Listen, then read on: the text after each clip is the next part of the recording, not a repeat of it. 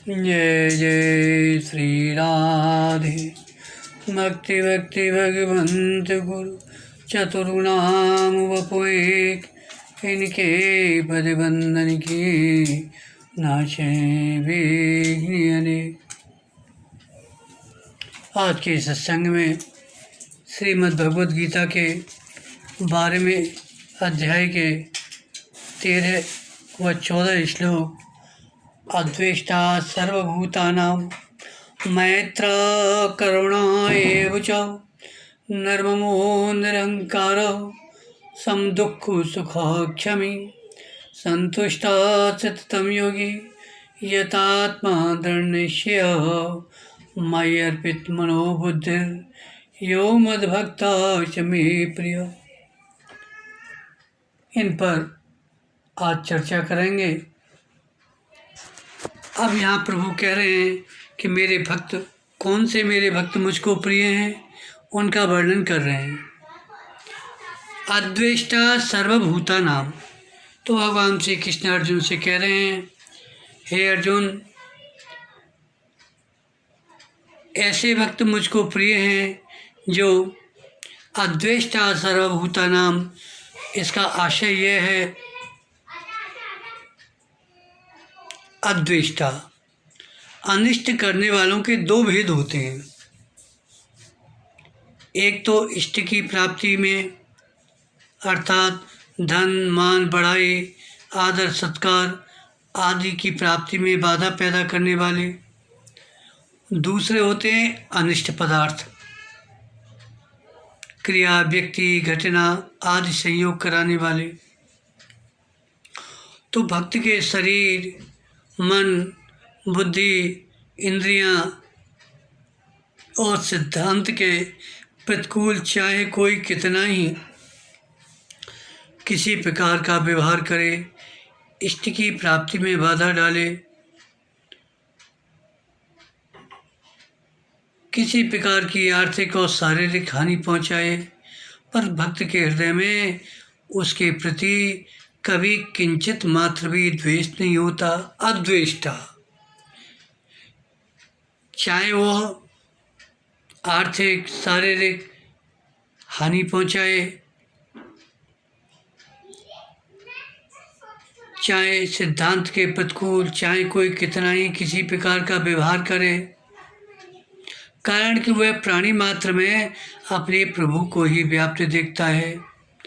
ऐसी स्थिति में वह विरोध करे तो किससे करे। इतना ही नहीं, वह तो अनिष्ट करने वालों की सब क्रियाओं को भी भगवान का कृपापूर्ण मंगल में विधान ही मानता है।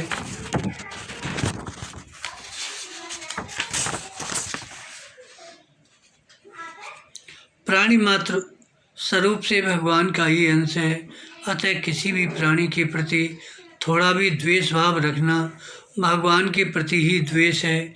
इसलिए किसी प्राणी के प्रति द्वेष रहते हुए भगवान से अवन्यता तथा अनन्य प्रेम नहीं हो सकता। भगवान में पूर्ण प्रेम प्राणी मात्र के प्रति द्वेष भाव से रहित होने पर ही भगवान में पूर्ण प्रेम हो सकता है। इसलिए भक्त में प्राणी मात्र के प्रति द्वेष का सर्वथा अभाव होता है। तो पहला क्या रहा, अद्वेष्टा सर्वभूतानां। तो भक्त में सबसे पहला गुण क्या है कि प्राणी मात्र के प्रति द्वेष का सर्वथा अभाव। दूसरा प्रभु बता रहे हैं, मैत्रः करुणो एव च। भक्त के अंतःकरण में प्राणी मात्र के प्रति केवल द्वेष का अत्यंत अभाव ही नहीं, प्रत्युत संपूर्ण प्राणियों में भगवत भाव होने के नाते उसका सबसे मैत्री और दया का व्यवहार भी होता है।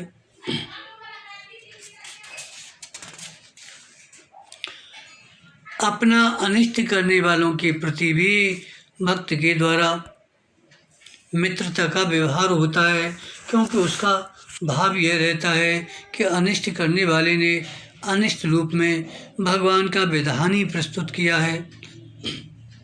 अतः उसने जो कुछ किया है मेरे लिए ठीक ही किया है, कारण कि भगवान का विधान सदैव मंगल में होता है। इतना ही नहीं, भक्त यह मानता है कि मेरा अनिष्ट करने वाला मेरे पूर्वकृत पाप कर्मों का नाश कर रहा है, अतः वह विशेष रूप से आदर का पात्र है। साधक मात्र के मन में यह भाव रहता है और रहना ही चाहिए, उसका अनिष्ट करने वाला उसके पिछले पापों का फल भुगता कर उसे शुद्ध कर रहा है। जब सामान्य साधक में भी अनिष्ट करने वाले के प्रति मैत्री या करुणा का भाव रहता है, तो फिर सिद्ध भक्त का तो कहने ही क्या। सिद्ध भक्त का तो उसके प्रति ही क्या, प्राणी मात्र के प्रति मैत्री और दया का विलक्षण भाव रहता है।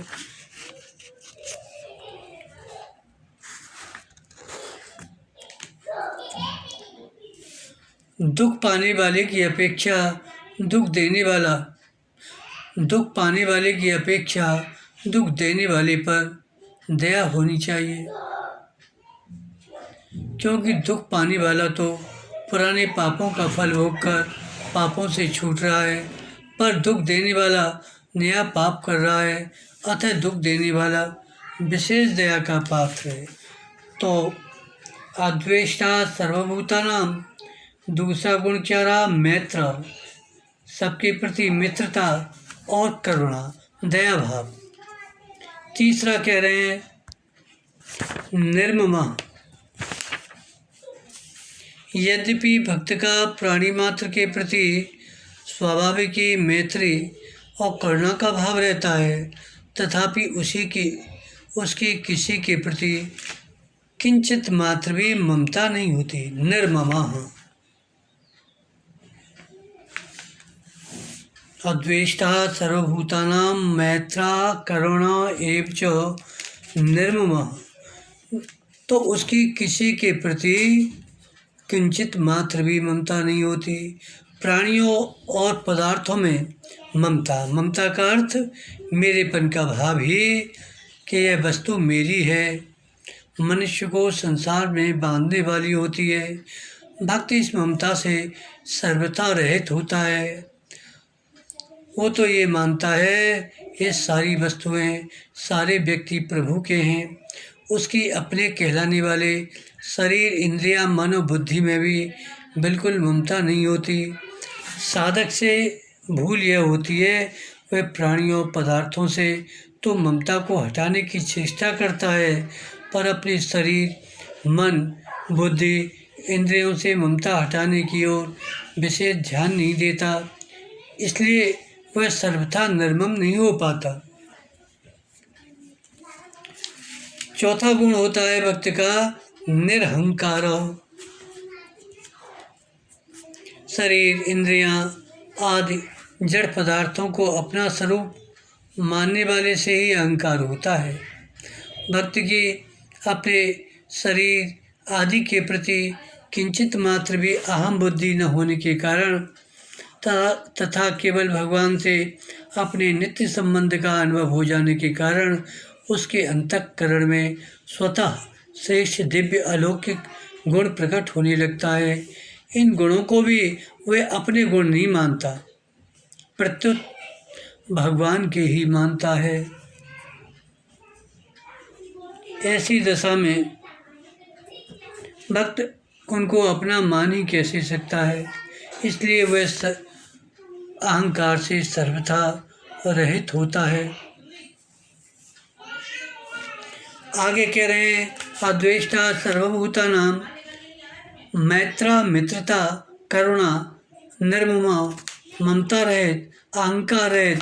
आगे बता रहे हैं सम दुख सुख क्षमी।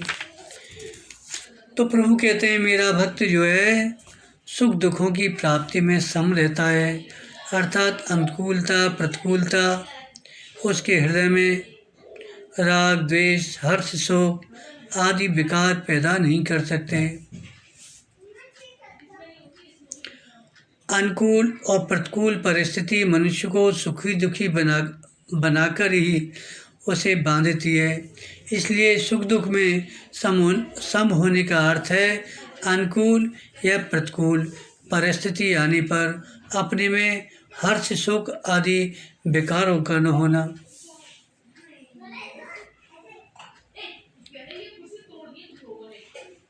यहाँ यह बात समझ लेनी चाहिए कि किसी परिस्थिति का ज्ञान होना अपने आप में कोई दोष नहीं है, प्रत्युत उससे अंतःकरण में विकार उत्पन्न होना ही दोष है।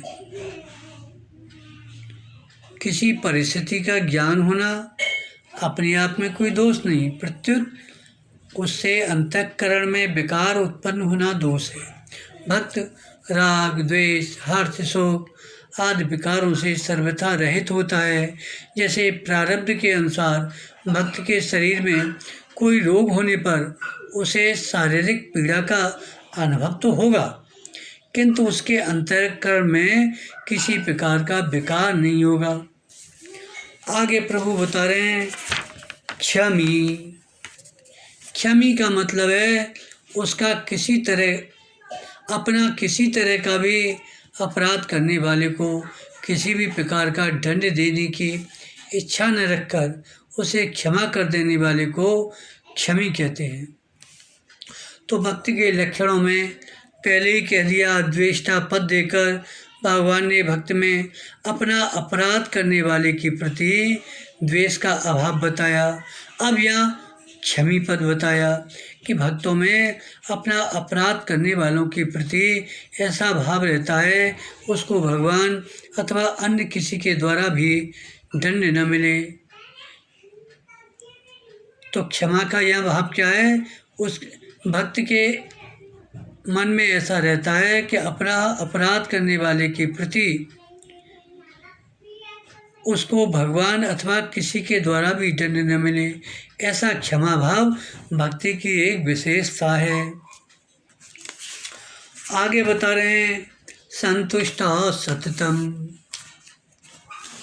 जीव को मन के अनुकूल प्राणी पदार्थ घटना परिस्थिति आदि के संयोग में और मन के प्रतिकूल वाणी पदार्थ घटना परिस्थिति आदि के वियोग में एक संतोष होता है।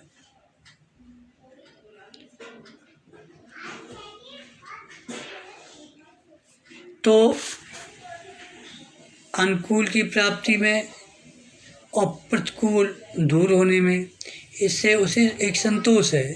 तो भगवान को प्राप्त होने पर भक्त नित्य निरंतर संतुष्ट रहता है, क्योंकि न तो उसका भगवान से कभी वियोग होता है, न उसको नाशवान संसार की कोई आवश्यकता है, अतः उसके असंतोष का कोई कारण नहीं। इस संतुष्टि के कारण वह संसार के किसी भी प्राणी पदार्थ के प्रति किंचित मात्र भी महत्व बुद्धि नहीं रखता।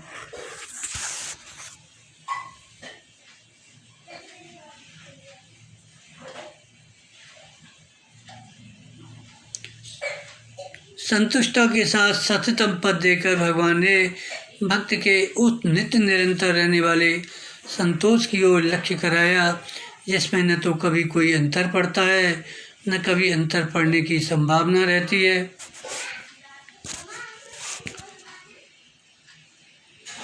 संतुष्ट सततम योगी, यहाँ योगी से मतलब है भक्ति योग के द्वारा परमात्मा को प्राप्त पुरुष का नाम यहाँ योगी है। नित्य निरंतर परमात्मा से संयुक्त। वास्तव में किसी भी मनुष्य का परमात्मा से कभी वियोग हुआ ही नहीं, हो नहीं सकता और नहीं संभव है। इस वास्तविकता को जिसने अनुभव कर लिया वही योगी है। संतुष्ट और सततम योगी यतात्मा, जिसका मन बुद्धि इंद्रियों सहित शरीर पर पूर्ण अधिकार है, वह हितात्मा है। वास्तव में मन बुद्धि इंद्रियां स्वाभाविक रूप से सन्मार्ग पर चलने के लिए हैं, किंतु संसार से राग युक्त संबंध रहने से वो मार्ग से च्युत हो जाती हैं। भक्त का संसार से किंचित मात्र भी राग युक्त संबंध नहीं होता, इसलिए उसकी मन बुद्धि इंद्रियां सर्वथा उसके बस में होती हैं। अतः उसकी प्रत्येक क्रिया दूसरे के लिए आदर्श होती है।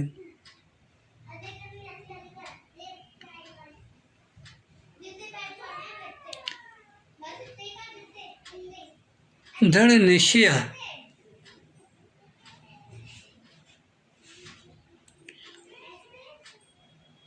संतुष्टा सततम योगी यतात्मा दृढ़ निश्चय। दृढ़ निश्चय से मतलब सिद्ध महापुरुष की दृष्टि में संसार की स्वतंत्र सत्ता का सर्वथा अभाव रहता है। उसकी बुद्धि में एक परमात्मा की अटल सत्ता रहती है, अतः उसकी बुद्धि में संसार का विपर्य दोष नहीं रहता। उसको एक भगवान के साथ ही अपने नित्य सिद्ध संबंध का अनुभव होता रहता है, अतः उसका भगवान में ही दृढ़ निश्चय होता है। उसका ये निश्चय बुद्धि में ही नहीं प्रत्युत स्वयं में होता है।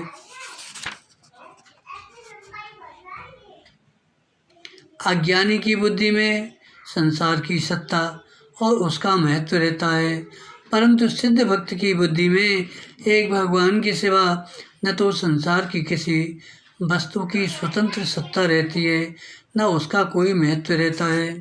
अतः उसकी बुद्धि विपर्य संशय दोष से सर्वथा रहित होती है और उसका केवल परमात्मा में दृढ़ निश्चय रहता है। संतुष्टा सततम योगी यतात्मा दृढ़ निश्चय मय्यर्पित मनोबुद्धि। तो यहाँ प्रभु अर्जुन से कहते हैं कि जब साधक एकमात्र भगवत प्राप्ति को ही अपना उद्देश्य बना लेता है और स्वयं भगवान का ही हो जाता है, तब उसके मन बुद्धि भी अपने आप भगवान में लग जाते हैं। फिर सिद्ध भक्त के मन बुद्धि भगवान के अर्पित रहें, इसमें तो कहना ही क्या। जहाँ प्रेम होता है वहाँ स्वाभाविक ही मनुष्य का मन लगता है। जिसे मनुष्य सिद्धांत से श्रेष्ठ समझता है उसमें स्वाभाविक ही उसकी बुद्धि लगती है। भक्त के लिए भगवान से बढ़कर कोई प्रिय और श्रेष्ठ नहीं।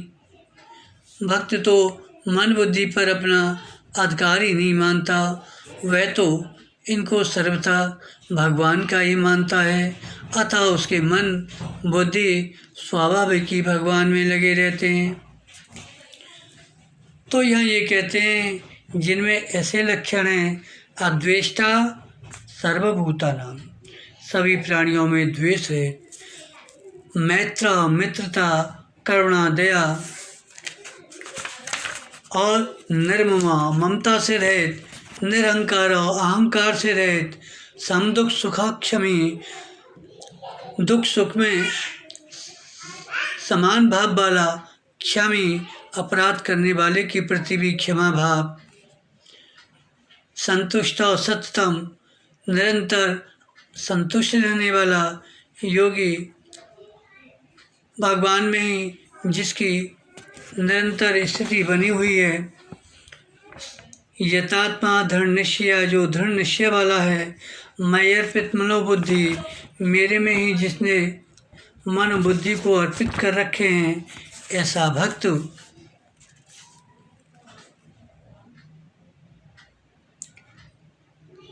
चूँकि उसके मन और बुद्धि स्वाभाविक ही भगवान में लगे रहते हैं, तो यह मद भक्ता समे प्रिय, भगवान को तो सभी प्रिय हैं, परंतु भक्त का प्रेम भगवान के सिवाय और कहीं नहीं होता। ऐसी दशा में ये था माम प्रबद्धन्ते तांस तथैव विभजाम्यहम्, ये यथा माम प्रबद्धन्ते तांस तथैव भजाम्यहम्, इस प्रतिज्ञा के अनुसार भगवान को भी भक्ति प्रिय होता है। भगवान ज्ञान स्वरूप और नित्य परिपूर्ण है, अतः उनमें ज्ञान की भूख तो नहीं है, पर प्रेम की भूख अवश्य है। इसलिए भगवान कहते हैं कि मेरे में अर्पित मन बुद्धि वाला जो मेरा भक्त है वह मेरे को प्रिय है। ऐसे भक्त के सिवाय भगवान को प्यारा और कोई हो नहीं सकता। जैसे किसी राजा का बेटा दूसरों से भीख मांगने लगे तो वह राजा को सुहाता नहीं है। ऐसे ही सच्चित आनंद रूप भगवान का अंश जीव जब असत जड़ दुख रूप संसार से कुछ आशा रखता है तब भगवान को सुहाता नहीं है, प्यारा नहीं लगता, क्योंकि इसमें जीव का महान अहित है। भगवान को वही प्यारा लगता है जो अन्य से आशा नहीं रखता तथा जिसमें जीव का परम हित होता है। इस तरह इस पर चर्चा की गई। जय जय श्री राधे, जय जय श्री राधे। भक्ति भगवान की जय, जय जय श्री राधे।